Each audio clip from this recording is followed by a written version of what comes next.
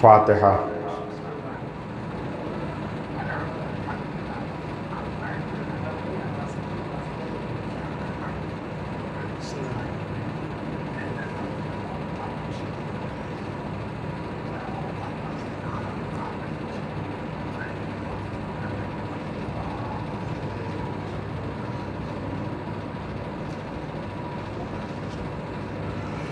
لا حول ولا قوة الا باللہ العلی العظیم۔ اعوذ باللہ من الشیطان اللعین الرجیم۔ بسم اللہ الرحمن الرحیم۔ الحمد للہ رب العالمین والصلاة والسلام وتحیۃ والاکرام علی اشرف الخلق سید المرسلین بالقاسم المصطفیٰ محمد وعلی الطیبین الطاہرین ولعنۃ اللہ علی اعدائہم اجمعین من یومنا ھذا الی قیام یوم الدین وبعد یوم الدین اما بعد وقد قال اللہ تعالی وتبارک فی کتابہ الحکیم وہو اصدق الصادقین وقولہ الحق۔ بسم اللہ الرحمن الرحیم۔ اتأمرون الناس بالبر وتنسون انفسکم وانتم تتلون الکتاب افلا تعقلون۔ صلوات پر محمد وعلی محمد۔ اس مجلس کی قبولیت اور امام زمانہ علیہ السلام کی خوشنودی کے لیے باواز بلند صلوات پڑھیں محمد وآل محمد۔ اللہم صلی علی محمد وآل محمد وجل۔ عقل اور جہل کا لشکر، اس عنوان سے آج ہماری گفتگو اپنے چوتھے مرحلے میں داخل ہو رہی ہے۔ سورہ بقرہ کی آیت نمبر 44 جس کی تلاوت کا مسلسل شرف حاصل کیا جا رہا ہے، ارشاد ہوتا ہے کیا تم لوگوں کو نیکیوں کا حکم دیتے ہو مگر اپنے آپ کو بھول جاتے ہو، حالانکہ تم کتاب خدا کی تلاوت بھی کرتے ہو، کتاب کو پڑھتے بھی ہو۔ افلا تعقلون، کیا تمہارے پاس عقل نہیں ہے؟ یعنی اگر انسان کے پاس عقل ہے تو وہ پہلے اپنے آپ کی اصلاح کرے گا پھر دوسرے کی اصلاح کرے گا۔ اصول کافی کی جس حدیث کو میں نے ذکر کیا، جس میں امام جعفر صادق علیہ السلام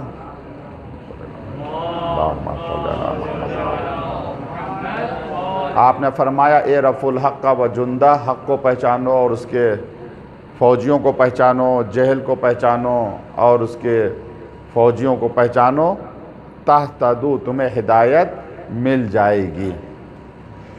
عقل کے فوجی کیا ہیں؟ کل میں نے ذکر کیا تھا، خیر یہ عقل کے لیے وزیر ہے اور شر یہ جہل کے لیے وزیر ہے۔ میں نے عرض کیا تھا جو 75 فوجی پروردگار نے عقل کو عطا کیے ہیں وہ سب ایک جیسے نہیں ہیں، کوئی وزیر ہے، کوئی جنرل کی حیثیت رکھتا ہے، کوئی عام سپاہی ہے۔ خیر یہ وزیر ہے، وزیر ایک طرح سے بادشاہ اور رعایا کے درمیان، حاکم اور محکوم کے درمیان ایک کڑی ہوتا ہے۔ وزیر کا کام ہی یہی ہوتا ہے کہ ایسا کام کرے جس سے بادشاہ کی بادشاہت مضبوط ہو، شاہ کی شہنشاہیت قوی ہو، یہ کام ہے وزیر کا۔ عقل ہماری بادشاہ ہے، خیر یہ اس کا وزیر ہے۔ خیر کی معرفت ضروری ہے۔ کل میں نے عرض کیا تھا کہ ہم ہو سکتا ہے کسی چیز کو خیر سمجھیں وہ شر ہو، اور کسی چیز کو شر سمجھے وہ ہمارے لیے خیر ہو۔ خدا نے کہا تمہیں نہیں پتہ خیر کیا ہے، تمہیں نہیں پتہ کہ شر کیا ہے۔ کچھ آیتیں کل میں نے آپ کے سامنے عرض کی، آج کچھ اور آیتیں عرض کرنا چاہتا ہوں، پھر انشاءاللہ شر کا ذکر ہوگا، پھر اگر دامن وقت میں گنجائش رہی تو ایک اگلا سپاہی عقل کا کیا ہے اسے میں آپ کے سامنے عرض کروں گا۔ خیر کسے کہتے ہیں؟ سورہ بقرہ کی آیت نمبر 263 ہے، قول معروف، نیک قول، جو انسان اچھی گفتگو جو دوسروں سے کرتا ہے ملائمیت سے، نرمی کے ساتھ، اسے کہتے ہیں قول معروف، اچھی گفتگو، اخلاق والی گفتگو، ادب کے دائرے میں جو گفتگو ہو، ومغفرۃ، اور مغفرت یعنی دوسرے کو معاف کر دینا، کسی کوئی غلطی کرے فوراً اس غلطی کو معاف کر دے، نظر انداز کریں، خیرون، یہ خیر ہے، کس سے خیر ہے؟ من صدقۃ یتبعها اذن واللہ غنی حلیم، ایسے صدقے سے بہتر ہے تمہاری اچھی گفتگو۔ توجہ چاہ رہا ہوں میرے عزیزو، پہچانے خیر کسے کہتے ہیں؟ قاعدے کی گفتگو، ادب کی گفتگو، یہ گفتگو خیر ہے اس صدقے سے جس صدقے میں اذیت ہو، تکلیف ہو دوسروں کو۔ یعنی صدقہ دیا، پیسہ خرچہ کیا، مگر ستایا بھی، کس طریقے سے؟ جیسا قرآن نے کہا لا تبطلوا صدقاتکم بالمن والاذی، اے مومنو اپنے صدقے کو احسان جتا کر اور تکلیف دے کر باطل نہ کرو۔ یعنی اگر انسان نے صدقہ نکالا، مومن نے صدقہ نکالا، یہ تھوڑی آواز اس کی یہ کو نہیں کر رہی ہے، صلوات پر محمد و آل محمد پر، مرتبہ آواز ہے بلند، صلوات پر محمد و آل۔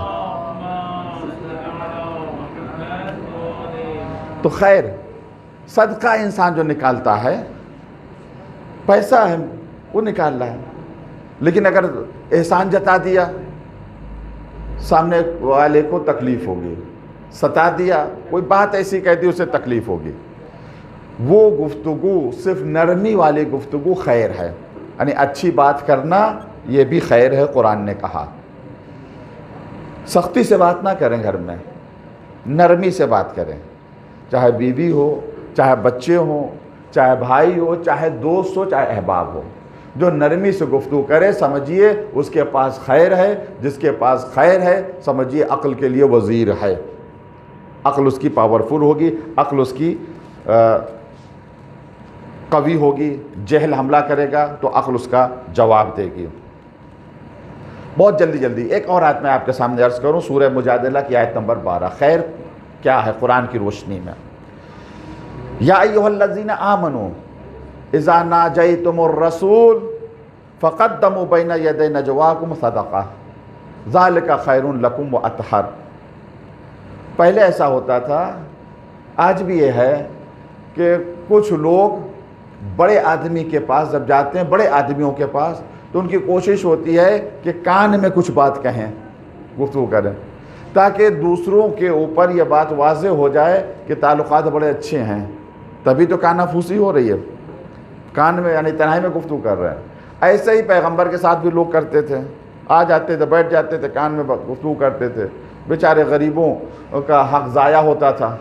قرآن مجید کی آیت نازل ہوئی، اے مومنو جب تنہائی میں تم پیغمبر سے نجوہ کرنا چاہتے ہو، تنہائی میں گفتگو کرنا چاہتے ہو تو تھوڑا صدقہ دے دو۔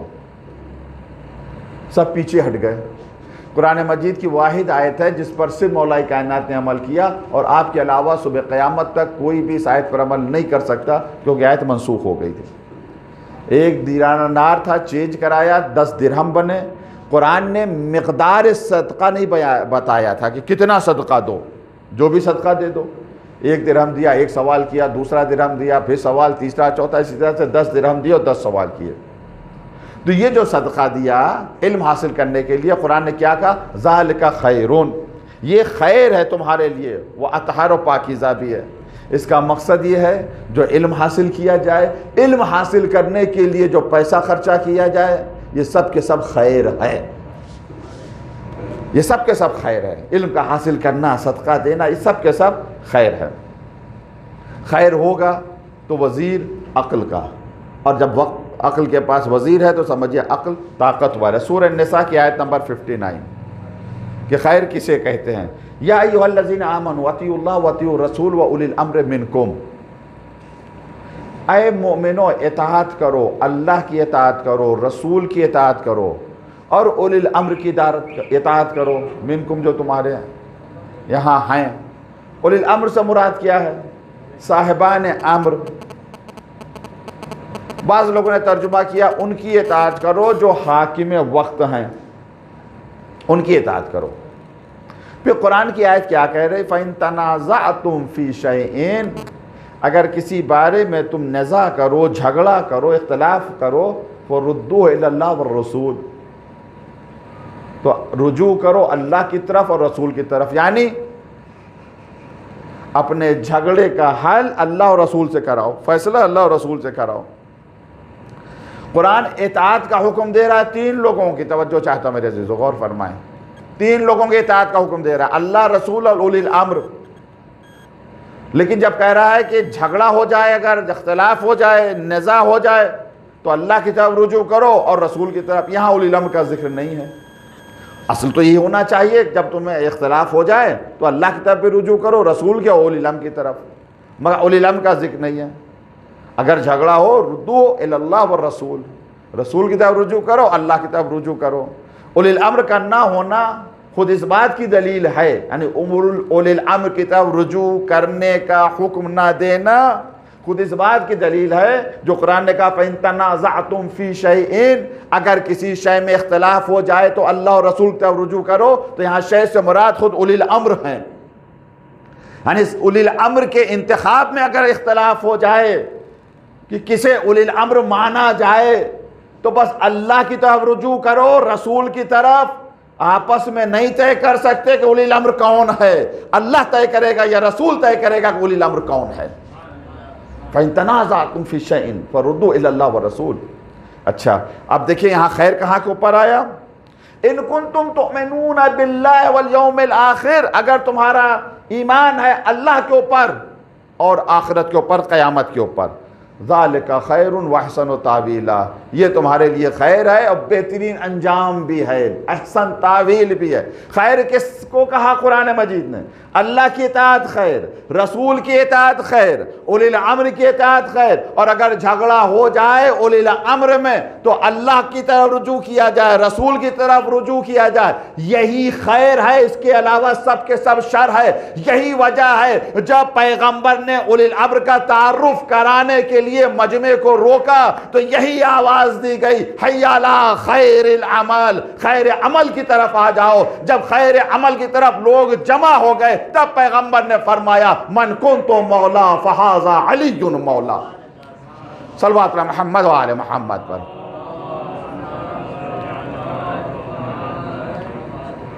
یہ ہے خیر، ولایت خیر ہے، اطاعت خدا خیر ہے، اطاعت رسول خیر ہے۔ یہ خیر کسی کے پاس ہے سمجھیے کہ اس کا وزیر ہے، عقل کا وزیر ہے تو عقل طاقتور ہے، قوی ہے۔ ایک اور آئے خیر کیا؟ بقیت اللہ خیر لکم ان کنتم مؤمنین، بقیت اللہ تمہارے لیے خیر ہے۔ کون ہے بقیت اللہ؟ حجت خدا، امام زمانہ۔ تو جس کا جتنا رابطہ امام زمانہ سے ہے سمجھیے کہ اس کے پاس وزیر ہے، وزیر ہے تو عقل مضبوط ہے، اب اسے دھوکہ نہیں ہوگا، اب تو شکست نہیں ہوگی۔ نتیجہ میں آپ کے سامنے عرض کروں میرے عزیزو، عقل کا فوجی خیر ہے، خیر وزیر ہے عقل کے لیے۔ ایک لفظ میں خیر کیا ہے کہ ہم اسے حاصل کریں تاکہ ہماری عقل کو وزیر مل جائے۔ ایک نہیں 5 مرتبہ آواز دی جاتی ہے حی علی خیر العمل اذان میں، ہمارے یہاں، عام لوگوں کے یہاں نہیں ہے۔ اصل نماز میں حی علی خیر العمل، آؤ خیر عمل کی طرف، کچھ لوگوں نے نکال دیا اذان سے۔ کیوں نکال دیا حی علی خیر العمل کو؟ ان کا یہ نظریہ تھا کہ جب مسلمان دن میں 5 مرتبہ سنے گا کہ سب سے خیر عمل، سب سے اچھا عمل نماز ہے، تو جہاد کے لیے کون جائے گا؟ وہ جیسے نماز پڑھیں گے جہاد تو کریں گے نہیں، تو اس کو اذان ہی سے ہٹا دو، حذف کر دو۔ اس کا مقصد یہ ہے کہ یہ اسلام کے ہمدرد اللہ اور رسول سے زیادہ ہیں۔ اللہ نے رکھا، رسول نے رکھا، اس وجہ سے چونکہ خیر کو نہیں سمجھ پائے، اس وجہ سے عقل کے لیے وزیر نہیں۔ عقل ضعیف ہے، کمزور ہے۔ جب عقل کمزور ہو تو انسان حق کو نہیں پہچان سکتا۔ حی علی خیر العمل 5 مرتبہ آواز دی جاتی ہے۔ نماز خیر عمل ہے، اس کا مقصد جو نمازی ہے، پابندی سے جو نماز پڑھ رہا ہے، اس کا وزیر ہے عقل کے لیے. لیکن ہاں نماز ہو.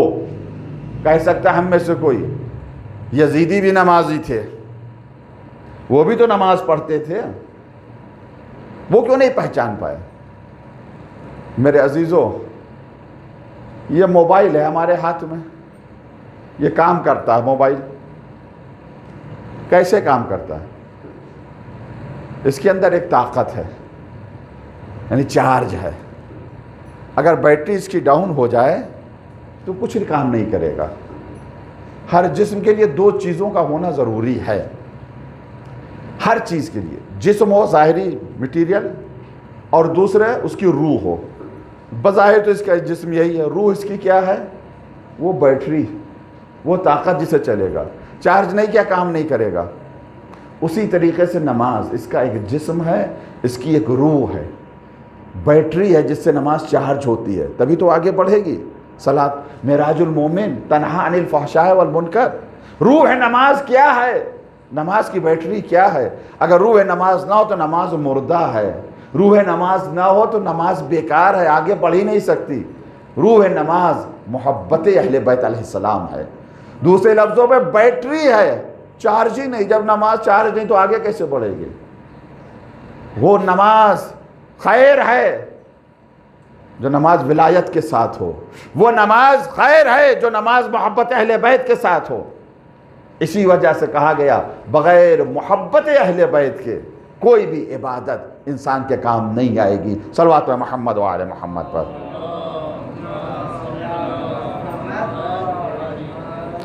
اب یہ گفتگو کا ایک مرحلہ کہ ہم خیر کو کیسے حاصل کریں. دوسرے مرحلے میں ہماری گفتگو پہنچ رہی. خیر کو ہم کیسے حاصل کریں؟ خیر وزیر ہے عقل کے لیے. کیا کریں کہ خیر ہمیں حاصل ہو جائے؟ سورہ بقرہ کی آیت نمبر 269. یؤتی الحکمت من یشاء. اللہ جسے چاہتا ہے اسے حکمت دیتا ہے, جسے چاہتا ہے حکمت دیتا ہے. وَمَنْ يُؤْتَ الْحِكْمَةَ فَقَدْ أُوتِيَ خَيْرًا كَثِيرًا. جسے اللہ نے حکمت دے دی اسے خیر کثیر دے دیا, بہت زیادہ خیر دے دیا. خیر کیا ہے, کیسے حاصل ہو؟ جسے اللہ نے حکمت دی اسے خیر کثیر دیا. گویا خیر کا دوسرا نام حکمت ہے, اور اس کی تعلیم دینے کے لیے سورہ آل عمران کی یہ آیت ہے. لَقَدْ مَنَّ اللَّهُ عَلَى الْمُؤْمِنِينَ اِذْ بَعَثَ فِيهِمْ رَسُولًا مِّنْهُمْ يَتْلُو عَلَيْهِمْ آيَاتِهِ يَتْلُو عَلَيْهِمْ آيَاتِهِ وَيُزَكِّيهِمْ وَيُعَلِّمُهُمُ الْكِتَابَ وَالْحِكْمَةَ وَإِنْ كَانُوا مِنْ قَبْلُ لَفِي ضَلَالٍ مُبِينٍ. اللہ نے احسان کیا ہے مومنین پر جب ایک نبی ایک رسول کو بھیجا جو انہی میں سے تھا. اِذْ بَعَثَ فِيهِمْ رَسُولًا مِنْ أَنفُسِهِمْ, انہی میں سے تھا وہ رسول. کیا تھا؟ یتلو, اس کا کام کیا تھا؟ یتلو علیہم آیاتہ, وہ آیات کی تلاوت کرتا تھا. وَيُزَكِّيهِمْ, تزکیہ نفس کرتا تھا, نفسوں کو پاک کرتا تھا. وَيُعَلِّمُهُمُ الْكِتَابَ وَالْحِكْمَةَ, اور کتاب اور حکمت کی تعلیم دیتا تھا. پیغمبر آئے تھے کتاب اور حکمت کی تعلیم دینے کے لیے. پروردگار نے کیا فرمایا؟ جسے حکمت عطا کر دی گئی اسے خیر کثیر عطا کر دیا گیا. آئے تھے پیغمبر خیر بتانے کے لیے. خیر کا ایک نام حکمت ہے, اور جب سیکھنا چاہیے خیر کو, حاصل کرنا چاہیے خیر کو. قرآن کا یہ حکم ہے, سب کی ذمہ داری ہے. یہ نہیں کسی علماء کی ذمہ داری, نہیں, سب کی ذمہ داری. سورہ آل عمران آیت نمبر 104. وَلْتَكُنْ مِنْكُمْ أُمَّةً يَدْعُونَ إِلَى الْخَيْرِ. تم میں سے ایک ایسا گروہ ہونا چاہیے, ایک ایسا گروپ ہونا چاہیے جو لوگوں کو خیر کی طرف دعوت دے. یدعون الی الخیر ویأمرون بالمعروف وینہون عن المنکر اولئک هم المفلحون. یہ ایسے لوگ ہوں جو نیکیوں کی طرف بلائیں, برائیوں سے روکیں, یہی لوگ کامیاب لوگ ہیں. ایک امت ایسی ہو, ایک گروہ ایسا ہو, یدعون, جو دعوت دیں, لوگوں کو دعوت دیں, الی الخیر, خیر کی طرف. پیغمبر کو بھیجا قرآن اور آیات کی تلاوت کرنے کے لیے, حکمت کی تعلیم دینے کے لیے. حکمت کیا؟ خیر کثیر ہے.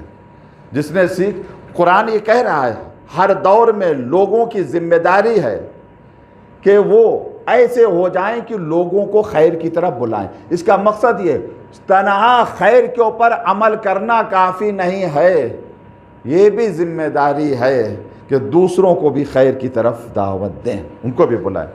آگے اکیلے مجلس میں کار خیر ہے، اچھا کام ہے، مسجد میں آگے نماز پڑھنے کے لیے کار خیر ہے، کسی نے ایک کام کرنے میں تنہا آگے کار خیر ہے۔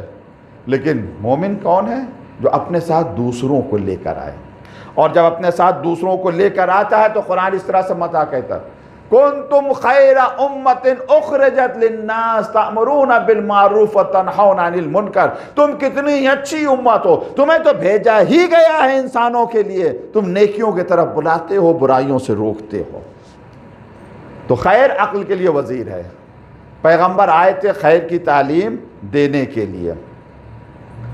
اب وقت نہیں میرے عزیزو، میں گفتگو کو سمیٹ رہا ہوں۔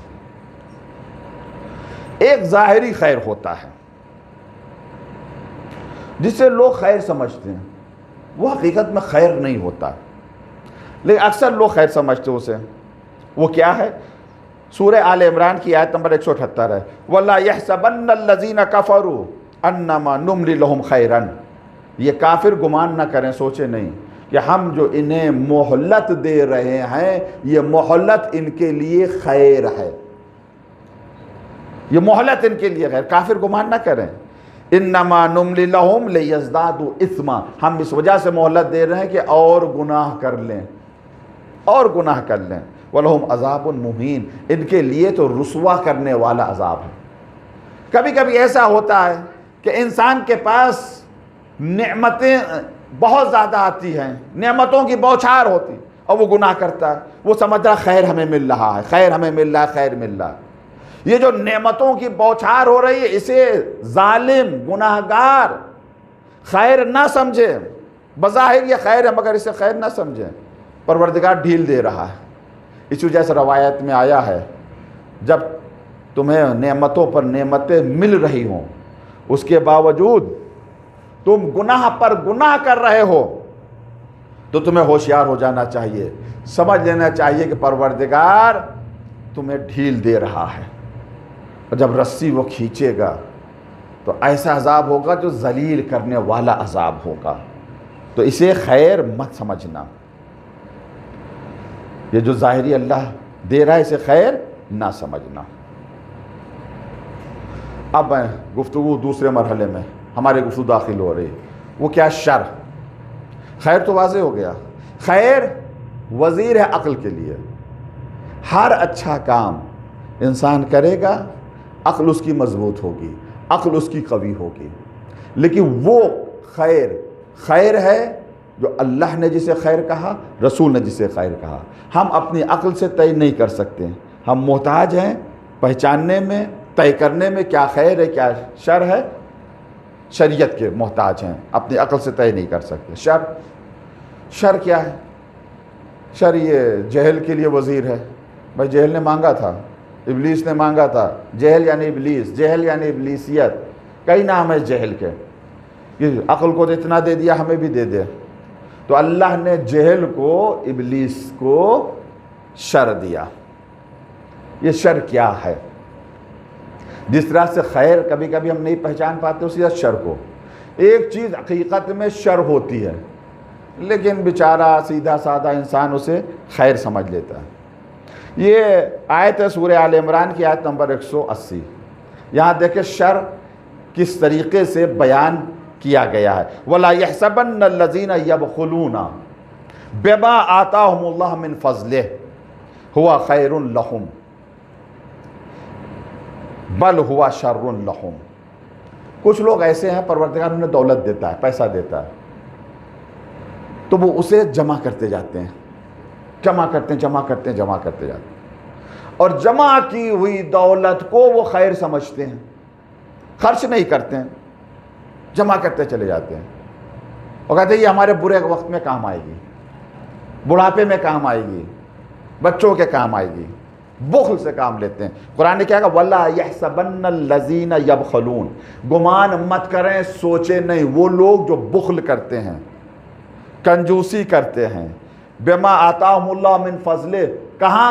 اللہ نے اپنے فضل سے جو انہیں عطا کیا ہے، یعنی دیا بھی اللہ نے اپنے فضل سے، اللہ کی دی ہوئی دولت میں وہ کنجوسی کرتے ہیں، ہوا خیر، اور سوچا یہ خیر ہے، بل ہوا شر، نہیں خیر نہیں، یہ شر ہے، شر لہم سیطوقون ما بخلوا بہ یوم القیامہ، جانتے کہ ایسا شر ہے، یہ ایسا شر ہے کہ جس مال کو انہوں نے جمع کیا ہے، قیامت کے دن یہی مال ان کے گلے کی طوق بن جائے گا، یہی مال ان کے گلے کی طوق بن جائے گا، یہ شر ہے۔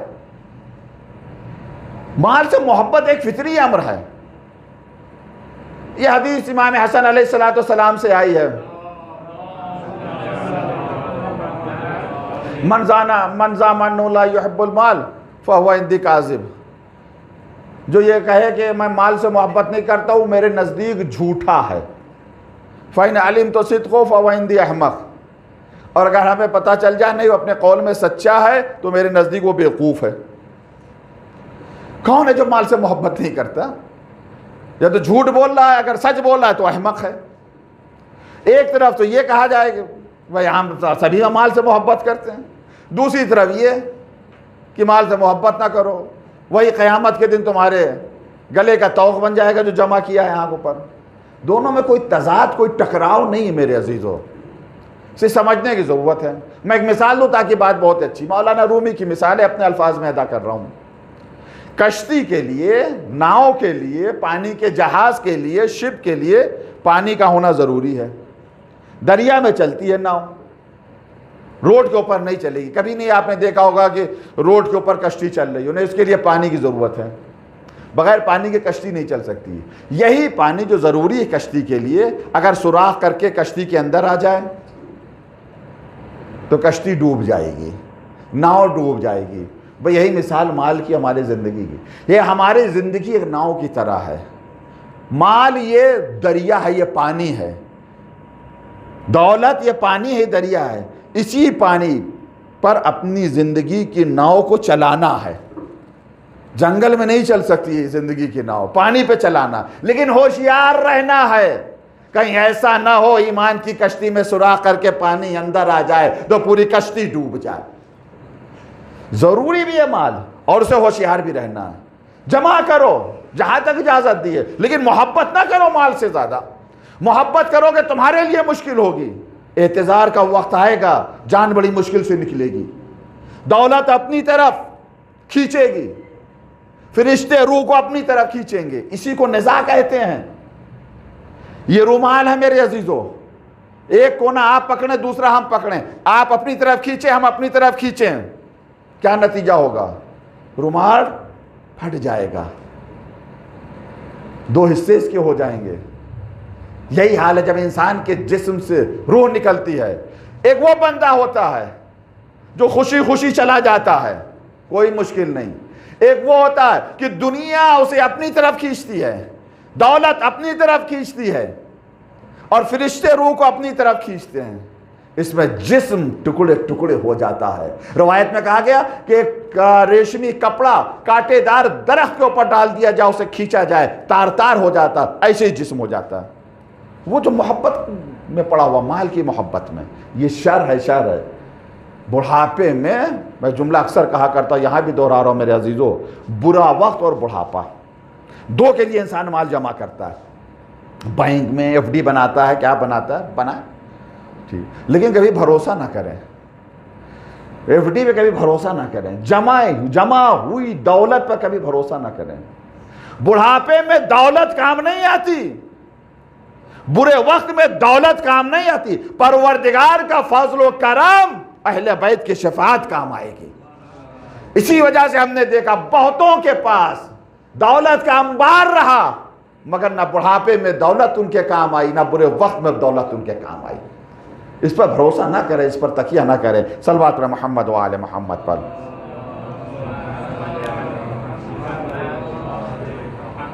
تو موت کا ذکر آیا تو ایسا سناٹا بھی ہو گیا جیسے کہ بہت سہم گئے ہیں۔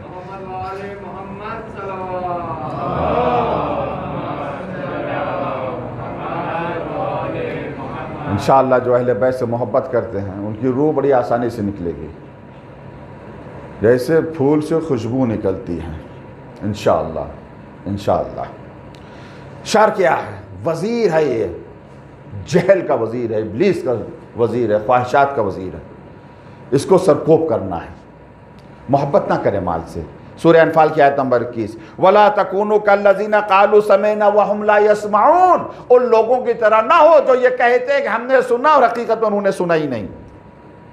کچھ لوگ ایسے ہوتے ہیں سنی کی انسنی کر دیتے ہیں، ہاں میں نے سن لیا، مگر عمل نہیں کرتے، اس کا مقصد انہوں نے سنا ہی نہیں۔ ان شر الدواب عند اللہ صم البکم الذین لا یعقلون، جانداروں میں سب سے زیادہ شریر جاندار اللہ کے نزدیک وہ گونگا، وہ بہرا ہے جس کے پاس عقل نہیں ہے۔ کسے قرآن نے شر کہا؟ قرآن نے شر کسے کہا؟ وہ جو سنی کی انسنی کرتے ہیں، ہدایت کی باتوں کو سن کے نظر انداز کر دیتے ہیں، یہ شر ہے۔ جہاں یہ شر آ گیا سمجھ لیے کہ وہ جہل مضبوط ہو گیا، اسے اس کا وزیر مل گیا۔ اس کو ختم کر، سنی کی انسنی نہیں کرنا، جو ہدایت کی باتیں سن لی ہیں انہیں یاد رکھنا ہے اور ان پر عمل بھی کرنا ہے۔ صلوات علی محمد و آل محمد پر۔ شر کیا ہے؟ دو سورے ہیں قرآن مجید کے آخری سورے، سورہ فلق۔ بسم اللہ الرحمن الرحیم، قل اعوذ برب الفلق من شر ما خلق ومن شر غاسق اذا وقب ومن شر النفاثات فی العقد ومن شر حاسد اذا حسد۔ اس سورے میں شر کا ذکر کیا گیا ہے۔ کیسا شر؟ پناہ مانگی گئی، اللہ سے پناہ مانگی گئی ہے۔ قل اعوذ برب کہہ دو میرے حبیب ہم پناہ مانگ رہے ہیں اللہ سے۔ کون سا اللہ؟ فلق کا جو رب ہے، صبح کا جو رب ہے، اس سے۔ کس کس چیز سے پناہ مانگی گئی ہے؟ شر سے۔ تین طرح کا شر ہے جسے پناہ مانگی گئی ہے۔ ایک تو پہلا شر من شر ما خلق، جو شر پیدا کیا گیا ہے، ومن شر غاسق اذا وقب، رات کا اندھیرا جب چھا جائے اس کا شر بڑا خطرناک ہے۔ رات کا وقت زیادہ تر گناہ اسی میں ہوتے ہیں، سب سو جاتے ہیں، کوئی نہیں، موبائل اٹھا لیا لگ گئے، ٹی وی آن کر لیا لگ گئے۔ رات کی تنہائی میں کتنا انسان گناہ کرتا ہے، سوچے انسان کوئی دیکھ رہا ہے۔ پہلا شر رات کے اندھیرے کا شر، من غاسق اذا وقب ومن شر النفاثات فی العقد۔ دوسرا شر جادو اور ٹونا، جو پھونک جھاڑ کرنے والیاں یا والے دونوں مراد ہیں۔ اگر قرآنی اعتبار سے تو والیاں ہیں، مگر علامہ طباطبائی نے کہا کہ چونکہ عورتیں زیادہ کرتی ہیں اس وجہ سے عورتوں کا ذکر ہے، ان میں مرد بھی شامل ہیں۔ یہ شر ہے، جادو ٹونا کے پیچھے لگ گئے، ارے فلاں نے میرے ساتھ کچھ کر دیا، فلاں نے میرے ساتھ کچھ کر دیا اور رزق باندھ دیا۔ یہ سب کے سب شر ہے، شر ہے۔ جادو حقیقت ہے، قرآن نے کہا ہے جادو کرنے والا شریر ہے، جادو خود شر ہے۔ اس سے بچنے کا صرف ایک طریقہ ہے، وہ یہ کہ انسان اللہ کی پناہ میں آ جائے۔ مگر بیچارہ یہ ضعیف انسان ادھر ادھر چلا جاتا ہے، کبھی اس بابا کے پاس کبھی اس کے پاس، دین بھی نہیں دیکھتا۔ آپ ہماری مشکل حل کر دیں، مشکل صرف اللہ حل کرتا ہے۔ اسی وجہ سے ائمہ نے بیان کیا، یہی سورے ایسے ہیں انسان پڑھے جادو ٹونے کا اثر نہیں ہوگا۔ ان کی جو شان نزول ہے ان دونوں سوروں کی، شان نزول میں آیا ہے کہ امام حسن امام حسین کے ساتھ کسی نے جادو ٹونا کر دیا تھا، پیغمبر کے ساتھ بھی جادو ٹونا کیا گیا، اور علامہ طباطبائی نے پوری بحث کی ہے۔ علماء کے درمیان بحث یہ کہ آیا نبی کے اوپر جادو اثر ہو سکتا ہے یا نہیں ہو سکتا ہے، معصوم کے اوپر جادو اثر ہو سکتا ہے نہیں ہو سکتا ہے۔ یہ پوری بحث علامہ نے التفسیر میزان میں کی ہے، اور کہا میرے پاس کوئی دلیل نہیں کہ ہم منع نہ کریں۔ جس طرح سے معصوم بیمار پڑ سکتے ہیں، اس زہر کا اثر ان پر ہو سکتا ہے، ویسے جادو اور سحر کا بھی اثر ہو سکتا ہے، مگر ذہن ان کا سلامت رہے گا، ذہن کے اوپر کوئی اثر نہیں ہوگا۔ یہ ہے نظریہ علماء کا، اپنا اپنا نظریہ، علامہ طباطبائی کی یہ نظریہ میرا عزیزو۔ تو یہ جادو ٹونا، اس سے بچنے کا صرف ایک راستہ، انسان اپنے آپ کو اللہ کی پناہ میں دے دے۔ یہ دعائیں جو آئی ہیں قرآن میں، حدیثوں میں جو دعائیں آئی ہیں، وہ تعویذ صحیح ہے جس تعویذ کو ائمہ نے بیان کیا ہے، اس کے علاوہ کوئی فائدہ نہیں ہے۔ تو یہ ایک دوسرا شر۔ تیسرا شر وَمِنْ حَاسِدٍ إِذَا حَسَدَ، وَمِنْ حَاسِدٍ إِذَا حَسَدَ، اور وہ شر حسد جو کہلاتا ہے، حسد کرنے والا جب حسد کرتا ہے تو یہ شر ہے۔ اس شر سے پناہ، رات کا اندھیرا 3 شر ہیں اور 3 ہی شروں نے پورے اسلام کے بیڑے کو غرق کیا ہے۔ رات کے اندھیرے کا شر، جادو و ٹونے کا شر، اور یہ حسد۔ حسد میں کیوں پڑ گئے؟ سب سے بڑا شر ہے۔ کبھی حاسد کو سکون نہیں ملتا، ہمیشہ حسد کی آگ میں جلتا رہتا ہے، ہمیشہ بیمار ہو جاتا ہے۔ سامنے والے کو دیکھا اچھی گاڑی سے یا جل بھن کے راکھ ہو گیا، ارے بھائی کیوں چل رہے ہو؟ اللہ جسے چاہے جتنی دولت دے دے۔ ذرا سا اچھا کپڑا پہن کے یا جل گئے، کیوں چل رہا ہو؟ شر ہے، شر ہے۔ اگر حسد آ گیا اس کا مقصد ہے جہل کو وزیر مل گیا، جہل کو وزیر مل، اسے بچنا ہے، حسد کو وہیں ختم کر دینا ہے۔ میں ایک حدیث ہی پڑھ رہا ہوں میرے عزیزوں، اور یہ اگر ذہن میں بیٹھ گئی تو انشاءاللہ شر جو وزیر کی حیثیت ہے اس کا آپ سر قلم کر دیں گے۔ پیغمبر نے فرمایا کن، ہو جاؤ محسودن ولا تکن حاسدن، محسود بنو حاسد نہ بنو۔ کیا مقصد؟ محسود جس سے حسد کیا جائے، حاسد حسد کرنے والا۔ حسد انسان اس سے کرتا ہے جس کے پاس کچھ نعمت ہو۔ سڑک پر بھیک مانگنے والا فقیر ہے، اس سے کوئی حسد نہیں کرے گا۔ فقیروں سے کون حسد کرے گا؟ اس کے پاس کچھ ہے ہی نہیں۔ جس کے پاس کچھ ہو اسی سے حسد کیا جاتا ہے، جن کے پاس نعمتیں ہوں اسی سے حسد کیا جاتا ہے۔ پیغمبر فرماتے کن محسودن، تم اتنے بلند ہو جاؤ کہ زبانہ تم سے حسد کرنے لگے، اتنے پست نہ ہو کہ تم لوگوں سے حسد کرنے لگو۔ صلوات محمد و آل محمد پر۔ بس آخری آیت، آخری سورہ شر، اور انشاءاللہ گفتگو جاری رہے گی۔ کل میں دوسرا سپاہی عرض کروں گا عقل کا۔ بسم اللہ الرحمن الرحیم، قل اعوذ برب الناس ملک الناس الہ الناس من شر الوسواس الخناس الذی یوسوس فی صدور الناس من الجنۃ والناس۔ کسے شر کہا؟ وہ وسواس جو سینے میں ہے، وہم جو آ جاتا ہے دماغ میں، یہ ہے شر۔ کتنا وسواسی ہو گیا انسان۔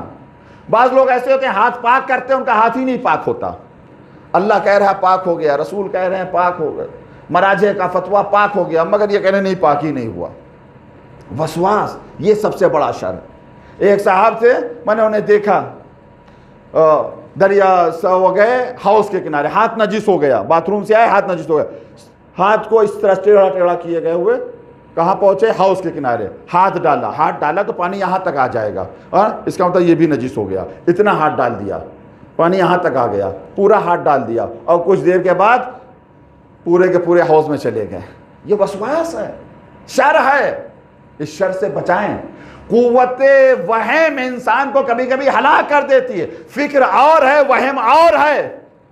فکر عقل کرتی ہے اور وہم یہ شیطان ڈالتا ہے۔ وہم میں انسان خیالی پلاؤ بنایا کرتا ہے، کبھی کبھی مرجع بن جائے گا، لوگ اس کی تقلید کرنے لگیں گے، کبھی کبھی وزیر اعظم بن جائے گا، کبھی بادشاہ بن جائے گا۔ بننے میں کیا ہے؟ خیال میں بننے میں کیا ہے؟ کیا ہے خیال؟ اور وہ واقعہ ہے شیخ چلی کا کہ بخیل تھے اور کنجوس تھے، اور ساتھ ساتھ وہ بہت زیادہ کاہل تھے۔ ماں نے ڈانٹا، چلے گئے بازار کام کرنے کے لیے، مزدوری کرنے کے لیے۔ ایک سیٹھ جا رہا تھا، کہا یہ گھی کا مٹکا ہے ہمارے گھر تک پہنچا دو۔ کہا کیا دو گے؟ کہا 2 پیسے۔ کہا خوش ہو گئے، کہا ٹھیک ہے۔ وہ مٹکا سر کے اوپر رکھا، سوچنے لگے 2 پیسے کا کیا کریں گے؟ کہا انڈا لے کے آئیں گے، انڈے کا کیا کریں گے؟ اسے رکھیں گے، بچے نکلیں گے، پھر بچے انڈے دیں گے، مرغی بنیں گے، پھر بہت مرغیاں ہو جائیں گی، مرغی بیچ کے بکری خریدیں گے، بہت سی بکریاں ہو جائیں گی، پھر ایک باڑا بنا لیں گے، ایک مرغے کا ایک بکری کا، پھر بکریاں بہت ہو جائیں گی، اسے بیچ کے گائے خریدیں گے، ایک گائے کا ہو جائے گا، پھر ہم گھوڑا لیں گے، گھوڑے کے اوپر بیٹھیں گے، جو مجھے آج تانا دیتے ہیں ہمارے سامنے آئیں گے تو میں ٹھوکر مار کر ان سے کہوں گا کہ تم میرا کیا مقابلہ کر سکتے ہو۔ اب جو ٹھوکر ماری تو منہ کے بل زمین پر گر پڑے، اور مٹکا جو ہے وہ زمین کے اوپر آ گیا، ٹوٹ گیا، گھی سارا بہہ گیا۔ سیٹھ نے مارنا شروع کیا۔ جب مارنا شروع کیا سیٹھ نے تو شیخ چلی کہتے ہیں تمہارا تو ایک گھڑے کا نقصان ہوا، ہمارا تو اتنا بڑا نقصان ہو گیا۔ یہ وہم ہے میرے عزیزوں، شر ہے۔ فکر عمل کے ساتھ ہوتی ہے، وہم عمل کے ساتھ نہیں ہوتی ہے۔ عمل کریں، شر سے بچیں۔ اگر شر مل گیا تو جہل قوی ہو جائے گا، اگر شر نہیں ہے تو اس کا مقصد یہ ہے کہ عقل ہماری قوی ہے۔ ہم سب کو پروردگار توفیق دے اور اتنی ہمارے اندر قوت و طاقت آئے کہ وزیر ہمارا عقل کا مضبوط سے مضبوط تر ہوتا جائے، تاکہ عقل ہماری قوی سے قوی تر ہوتی چلی جائے۔ یہ خیر و شر آخری آیت میں پڑھ رہا ہوں صرف ربط مصائب کے لیے میرے عزیزوں، آخری آیت ہے۔ کل نفس ذائقۃ الموت، ہر نفس کو موت کا مزہ چکھنا ہے. وَلَنَبْلُوَنَّكُمْ بِالشَّرِّ وَالْخَيْرِ فِتْنَةً، ہم امتحان لیں گے، شر سے بھی آزمائیں گے، خیر سے بھی آزمائیں گے، سب سے آزمائیں. ہمارا امتحان ہوگا، خیر سے بھی ہوگا، شر سے بھی ہوگا. خیر کو اپنائیں، شر کو بھگائیں تاکہ امتحان میں کامیاب ہوں. کربلا میں آئیں، کس طریقے سے امتحان ہوا ہے کربلا والوں کا. سب کا امتحان تھا کربلا میں، اور جیسا امتحان کربلا میں کربلا والوں نے، شہدائے کربلا نے دیا، ایسا امتحان کہیں نہیں ہوا. عقل تام تھے کربلا والے، عقل کامل تھے کربلا والے. تبھی تو اتنی مشکلات میں بھی یہ لوگ گھبرائے نہیں، مطمئن رہے. آج محرم کی 4 تاریخ ہے میرے عزیزوں، 4 تاریخ محرم کی. ہمارا ایک طریقہ ہے، رسم ازا ہے کہ 4 محرم تک ہم اصحابی کا زیادہ تر ذکر کرتے ہیں، پرسہ دیتے ہیں امام حسین کو، پرسہ دیتے ہیں زمانے کے امام کو، اصحاب کا. آج میرا دل چاہتا ہے اس صحابی کا ذکر کروں کہ جو تھا تو سن رسیدہ مگر معرفت کے عظیم درجے کے اوپر فائز تھے. امام زمانہ نے کن خصوصیات کے ساتھ زیارت ناحیہ میں سلام بھیجا، سلام کیا؟ وہ کون صحابی؟ وہ جناب مسلم بن اوسجہ، حسین کا بزرگ صحابی جناب مسلم بن اوسجہ. زیارت ناحیہ میں امام زمانہ اس طرح سے سلام کر رہے ہیں: السلام علی مسلم بن اوسجہ القائل، سلام و ہمارا مسلم بن اوسجہ پر جو یہ کہہ رہے تھے للحسین وقد اذن له الانصراف. حسین سے کہا تھا جب امام حسین نے جانے کی اجازت دے دی تھی. کدھر اشارہ کیا؟ شب عاشور. امام حسین نے اصحاب کو جمع کیا اور جمع کرنے کے بعد کہا کہ دیکھو یہ قوم ہمارے پیچھے لگی ہوئی ہے، یہ ہمیں چاہتے ہیں، ہم انہیں مل جائیں گے تو تمہارے پیچھے نہیں آئیں گے، تم چلے جاؤ، چلے جاؤ، تم رات کا اندھیرا ہے، اس رات کے اندھیرے میں تم چلے جاؤ. اور اصحاب سے یہ بھی کہا میرے اصحاب جاؤ اور آپ اپنے ساتھ ہمارے اہل بیت میں سے بھی سب کو لیتے جاؤ. گویا یہ کہہ رہے ہیں حبیب تم عباس کو اپنے ساتھ لے جاؤ، مسلم تم علی اکبر کو اپنے ساتھ لے جاؤ. یہ خطبہ امام حسین نے دیا. تو جناب حبیب بن مظاہر کیا کہتے ہیں؟ نحن نخلی عنکا، ہم آپ کو چھوڑ کر چلے جائیں تو روز محشر رسول خدا کو کیا منہ دکھائیں گے؟ خدا قسم آپ کو چھوڑ کر نہیں جائیں گے، ہم جنگ کریں گے، اپنے نیزے کو ان کے سینے میں توڑ دیں گے، تلوار سے جنگ کریں گے. یہ صفات امام زمانہ نے بیان کی زیارت ناحیہ میں. یہاں تک جنگ کریں گے، اور اگر اسلحہ ہمارے پاس نہیں رہا، تلوار ہماری ٹوٹ گئی تو ہم پتھر سے جنگ کریں گے، لیکن آپ کو چھوڑ کر ہم نہیں جائیں گے. اللہ اللہ، اتنا مرتبہ جناب مسلم بن اوسجہ کا، بڑی خدمات ہیں.